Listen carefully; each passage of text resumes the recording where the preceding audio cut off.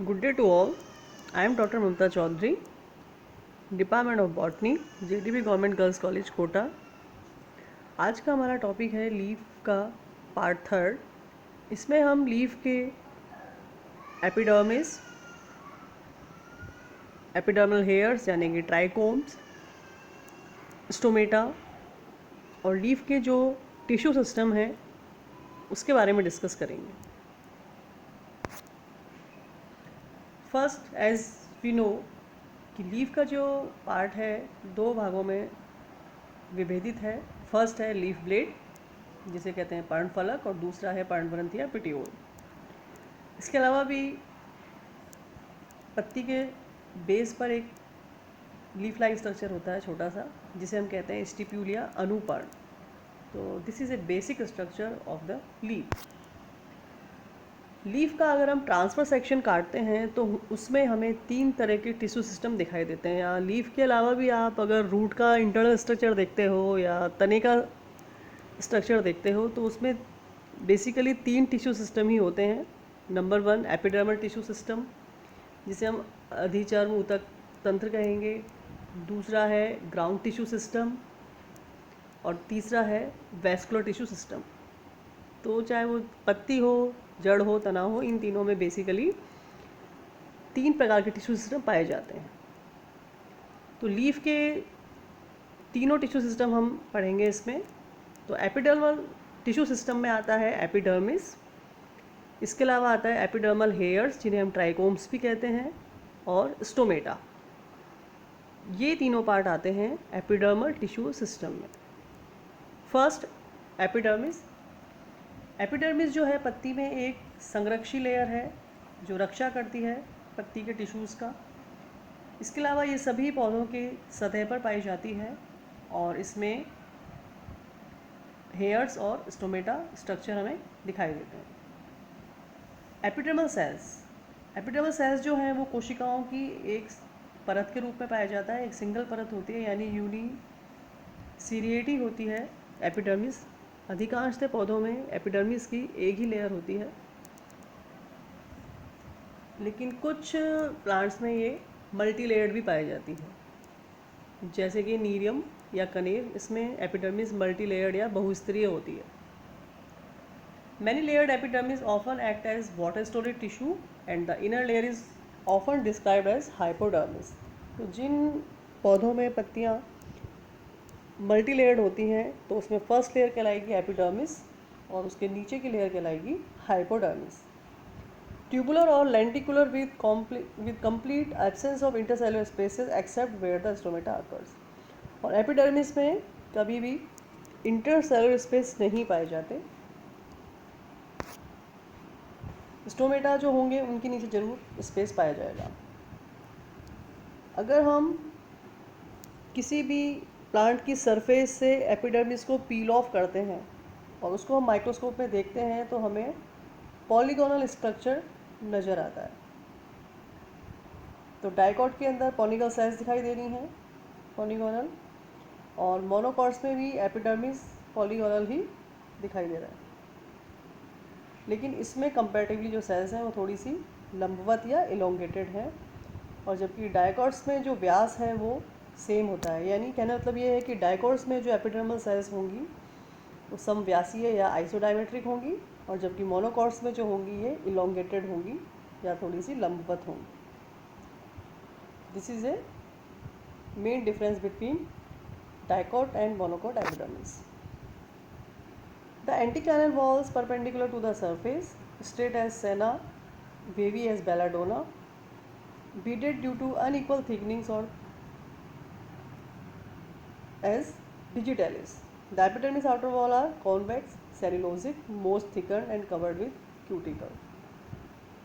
तो जो एंटीक्लाइनल जो वॉल होती हैं सरफेस पे, ये स्ट्रेट हो सकती हैं और वेवी भी हो सकती हैं। इसके अलावा जो एपिडर्मिस की जो आउटर वॉल है वो कॉन्वेक्स होती है स्ट्रक्चर में, यानी उत्तल सरफेस होती है, उत्तल सतह होती है, सेल्यूलोज से बनी होती है और ज़्यादातर थिक या मोटी होती है और क्यूटिकल से ढकी हुई रहती है एपिडर्मल सेल। क्यूटिकल की जो मोटाई है वो अलग अलग होती है प्लांट्स में। जैसे ज़्यादातर जो शेडी प्लांट्स होंगे उनमें क्यूटिकल पतली होगी, और जो सनी रीजन में पाए जाने वाले या सूर्य के प्रकाश में पाए जाने वाले पौधे हैं उनमें क्यूटिकल मोटी होती है। ऐसा क्यों होता है? ताकि ट्रांसपिरेशन को नियंत्रित किया जा सके, एक्स्ट्रा जो वाटर लॉस जो भी है उसको बचाया जा सके। क्यूटिकल जो है वो स्ट्रोमोनियम में स्मूथ होती है, और बेलाडोना में ये रिजिड या रिड्स या उभारनुमा स्ट्रक्चर में पाई जाती है क्यूटिकल बेलाडोना में। और मेनली जो क्यूटिकल है वो क्यूटिन से बना हुआ स्ट्रक्चर होता है। Epidermal cells are devoid of content, in some cases में contain certain contents. For example calcium oxalate as savin, calcium carbonate as cannabis, diosmin as buchu, mucilage as senna. Epidermal cells में कुछ contents भी पाए जाते हैं, कुछ पदार्थ भी पाए जाते हैं, जैसे कि calcium oxalate, calcium carbonate, diosmin and mucilage. Trichomes और हेयर्स। एपिडर्मल जो सेल्स हैं वो इलोंगेट होके या फैल कर रोमनुमा स्ट्रक्चर बनाती हैं, जिसे हम कहेंगे ट्राइकोम्स या हेयर। तो एक तरह से ये ट्राइकोम्स क्या हैं? ये उपांग हैं या अपेंडेजेस हैं जो एपिडर्मिस के इलोंगेशन से या उसके दीर्घीकरण से बनती हैं। अगर ट्राइकोम्स छोटे हैं और कॉनिकल शेप हैं तो उनको हम कहेंगे पेपिली, और इस तरह की एपिडर्मिस कहलाएगी पेपिलोज्ड।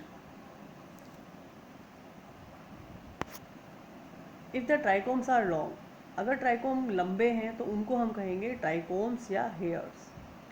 The part embedded in the epidermis called foot and the free part is called body.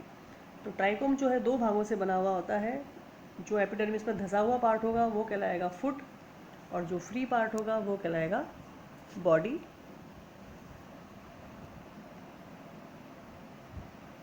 Covered with cuticle विच में बी स्मूथ एज हायोसाइमोस और बार्टी एज सेना। तो जो क्यूटिकल है वो एपिडर्मिस पे पाई जाएगी और ट्राइकोम्स पे भी होगी। ट्राइकोम्स जो हैं वो सिक्रेटरी भी हो सकते हैं यानी ग्लैंडुलर हो सकते हैं, और नॉन सिक्रेटरी भी हो सकते हैं यानी नॉन ग्लैंडुलर भी हो सकते हैं। और जो सिक्रेशंस जो निकलते हैं ट्राइकोम से वो या तो ऑलियो रेजिन होंगे या वाष्पशील तेल के रूप में पाए जाएंगे। नॉर्मली ट्राइकोम्स और हेयर्स को दो भागों में बांटा गया है, नॉन ग्लैंडुलर हेयर्स और ग्लैंडुलर हेयर्स। जो नॉन ग्लैंडुलर ट्राइकोम्स हैं या हेयर्स हैं ये जीवित या मृत उपांग हो सकते हैं, और ये सिक्रीशन किसी भी पदार्थ का सिक्रीशन नहीं करता है। अगर ये एक कोशिका से बने हैं तो इनको कहेंगे यूनिसेलुलर ट्राइकोम। अगर ये कई सारी कोशिकाओं से मिलकर बने होते हैं तो इन्हें कहते हैं multicellular non glandular hairs. Glandular hairs जो होते हैं ये किसी न किसी पदार्थ का सिक्रीशन या स्रावण करते हैं। एक कोशिका से बने हुए जो ट्राइकोम है उन्हें यूनिसेलुलर कहेंगे, और जो कई सारी कोशिकाओं से बने हैं उन्हें कहेंगे multicellular glandular hairs. Non glandular जो हेयर्स हैं उनको आगे क्लासीफाई किया गया है यूनिसेलुलर और मल्टीसेलुलर में। यूनिसेलुलर में ये अशाखित होंगे तो इनको कहेंगे unbranched unicellular non glandular hairs, जैसे कि सेना। अगर ये शाखित हैं तो इन्हें कहेंगे branched unicellular non glandular hairs. Multicellular में भी इसी तरह से ट्राइकोम्स को अनब्रांच्ड और ब्रांच्ड में बांटा गया है, यानी शाखन होगा तो वो ब्रांच्ड ट्राइकोम्स हैं, शाखन नहीं होगा तो उसे हम कहेंगे अनब्रांच्ड ट्राइकोम्स। अनब्रांच्ड जो हेयर्स हैं जो कि नॉन ग्लैंडुलर होते हैं उनको तीन पार्ट्स में डिवाइड किया गया है, यूनिसीरिएट, बाईसीरिएट, प्लूरीसीरिएट। यूनिसीरिएट में जो सेल्स जो होंगी वो एक ही क्रम में या एक ही लाइन में होंगी। बाईसीरिएट के अंदर जो है सेल्स की दो पंक्तियाँ होंगी या दो रो होंगी, और प्लूरीसीरिएट में दो से ज़्यादा लेयर्स में ट्राइकोम 2 से ज़्यादा लेयर्स की सेल से ट्राइकोम बना होगा, जैसे कि क्यूमिन। यूनिसीरिएट ट्राइकोम पाया जाता है बेलाडोना और डिजिटलिस में, बाइसीरिएट ट्राइकोम पाए जाते हैं अर्निका में, और प्लूरीसीरिएट पाए जाते हैं क्यूमिन में। मल्टीसेलुलर ब्रांच्ड वाले जो नॉन ग्लैंडुलर हेयर्स हैं उनको बांटा गया है simple branched, stellate, peltate and balance hair.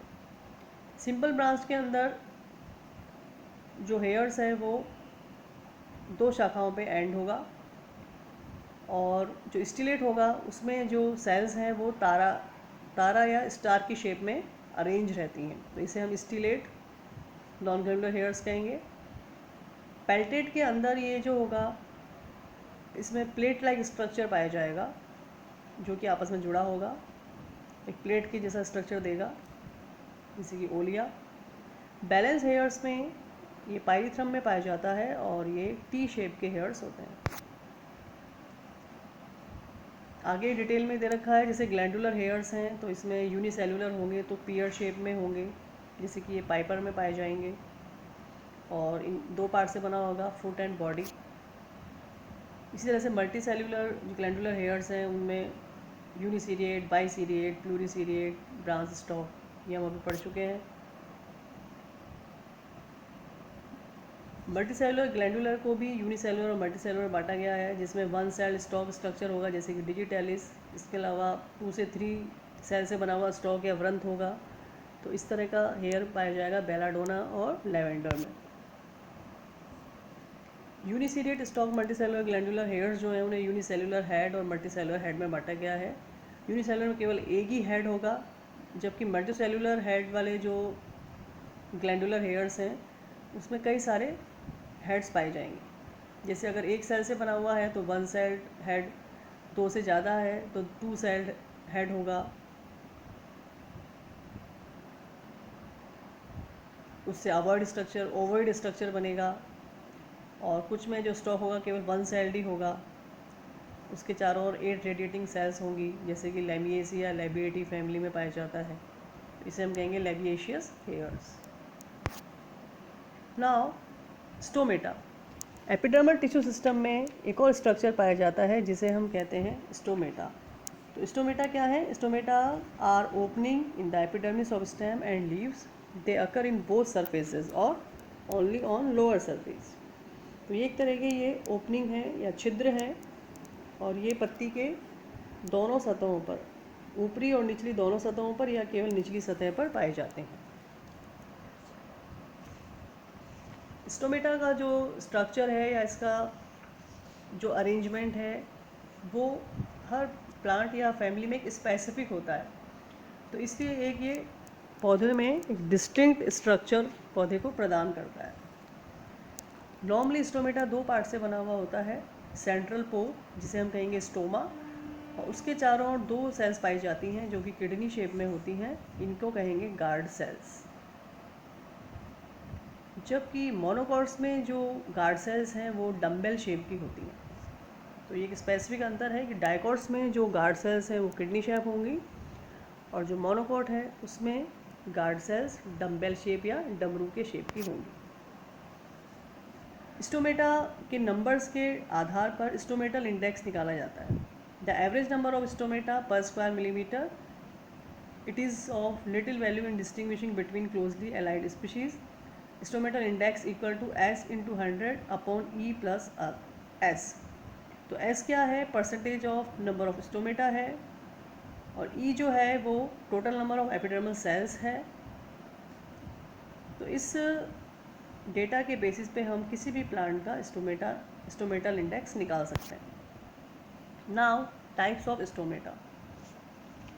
Guard cell के गुणों के आधार पर स्टोमेटा को डिवाइड किया गया है। फर्स्ट है मॉस टाइप। मॉस में जो गार्ड सेल्स होंगी वो एक दूसरे से फ्यूज़ हो जाएंगी, तो इस तरह का स्टोमेटा कहलाएगा मॉस टाइप स्टोमेटा। जिम्नोस्पर्मस में the guard cells are oval और इलेप्टिकल। इसमें गार्ड सेल्स जो होंगी वो अंडाकार या दीर्घवृत्ताकार होंगी, and incline to the epidermis at a angle of approximately 45 degree celsius, और ये 45 डिग्री का कोण बनाएंगी एपिडर्मिस के साथ। ग्रेमिनेशियस या पोएसी फैमिली में या सीरियल्स में स्टोमेटा जो होते हैं यूजुअली आउटलाइन में रेक्टेंगुलर होते हैं और इनकी जो गार्ड सेल्स होती हैं वो डमरू के शेप की होती हैं और इनके चारों ओर दो असेसरी सेल्स या सहायक कोशिकाएं पाई जाती हैं। फोर्थ टाइप है डाइकोटिलिडोनस। डाइकॉट्स में जो स्टोमेटा होते हैं वो इलेप्टिकल या वृत्ताकार होंगे, यानी दीर्घ वृत्ताकार होंगे या वृत्ताकार होंगे। Now types of stomata according to the characters and arrangement of surrounding cell. Stomata के चारों ओर जो सहायक कोशिकाएं हैं या सब्सिडियरी सेल्स हैं उनकी व्यवस्था कैसी है, इस आधार पर स्टोमेटा को डिवाइड किया गया है। फर्स्ट है रेननक्यूलेशियस टाइप या एनेमोसाइटिक stomata. It is called equal cell type. The stoma is surrounded by 3 to 5 subsidiary cells are of varying number and almost of equal size. तो जो रेननक्यूलेशियस टाइप की जो स्टोमेटा हैं उनमें गार्ड सेल्स के चारों ओर जो सहायक कोशिकाएं होंगी उनकी संख्या 3 से 5 तक होती है। रूबिएशियस टाइप या पैरासाइटिक टाइप, इसे हम पैरेलल सेल टाइप भी कहते हैं। इसमें जो स्टोमा है वो 2 या 3 सब्सिडियरी सेल से ढका हुआ रहता है और ये रंध्र के पैरेलल पाई जाती हैं, जैसे कि कोका लीफ और सेना लीफ में। कैरियोफाइलेशियस स्टोमेटा में क्रॉस सेल टाइप भी कहते हैं इसको और डायसाइटिक स्टोमेटा भी कहते हैं। इसमें स्टोमा जो है वो 2 या 3 सब्सिडियरी सेल से घिरा हुआ रहेगा और जो इसका जो लॉन्ग एक्सिस है वो ऑस्टियोल के एक्सिस के साथ परपेंडिकुलर होगा या 90 डिग्री का एंगल बनाएगा, जैसे कि मेंथा लीफ। फोर्थ है क्रूसीफेरस स्टोमेटा या एनिसोसाइटिक स्टोमेटा। ये अनइक्वल टाइप के भी कहलाते हैं। इसमें स्टोमेटा 3 से 4 सहायक कोशिकाओं से ढका हुआ होगा and which is distinctly smaller than the other. आपस में इनका जो साइज होगा वो डिफ़र करेगा असेसरी सेल्स का। सोलिनेसी में इस तरह की पत्तियां पाई जाती हैं। तो this is all about stomata. Second जो टिश्यू सिस्टम होता है पत्ती में, हम अब तक एपिडर्मल टिश्यू सिस्टम पढ़ चुके हैं। अब सेकंड सिस्टम आता है ग्राउंड टिश्यू सिस्टम। इसमें लीफ का आएगा, मीजोफिल टिश्यू सिस्टम आएगा। तो लीफ में जो मीजोफिल है, डाइकॉट्स में ये 2 भागों में बटा होता है, palisade tissue and spongy tissue, जबकि मोनोकॉट्स में केवल मीजोफिल स्पंजी टिश्यू से ही बना होता है। तो डाइकॉट्स में जो पेलिसेड टिश्यूज़ होते हैं ये खंभाकार होते हैं या पिलर शेप के होते हैं और स्पंजी टिश्यू जो होते हैं वो राउंड होते हैं, गोलाकार होते हैं यानी, और उनमें अंतराकोशिक अवकाश या इंटरसेलुलर स्पेस पाए जाते हैं। The mesophyll is sometimes separated from the epidermis by a hypodermis. तो कई बार मीजोफिल और एपिडर्मिस के बीच में 1 या 2 लेयर्स होती हैं जिनको हम कहते हैं हाइपोडर्मिस। हाइपोडर्मिस जो है ये एक रक्षी परत के रूप में काम करती है और हाइपोडर्मिस पेरेन्काइमी, कोलेन्काइमी या स्क्लेरेन्काइमी सेल से बनी होती है। कॉर्टिकल टिश्यूज़ जो होते हैं वो लीफ के मिड रिब रीजन में पाए जाते हैं। एंडोडर्मिस जो है इनर मोस्ट लेयर होती है कॉर्टिकल सेल्स की और मेडिसिनल प्लांट्स में ये अविभेदित होती है। पेरिसाइकल जो है वो फ्लोएम और कॉर्टिकल टिश्यू के बीच में होगी और वैस्कुलर टिश्यू सिस्टम पाया जाएगा जिसमें कि कोलेटरल वैस्कुलर बंडल्स पाए जाते हैं। So this is all about leaf epidermal tissue system. Thank you.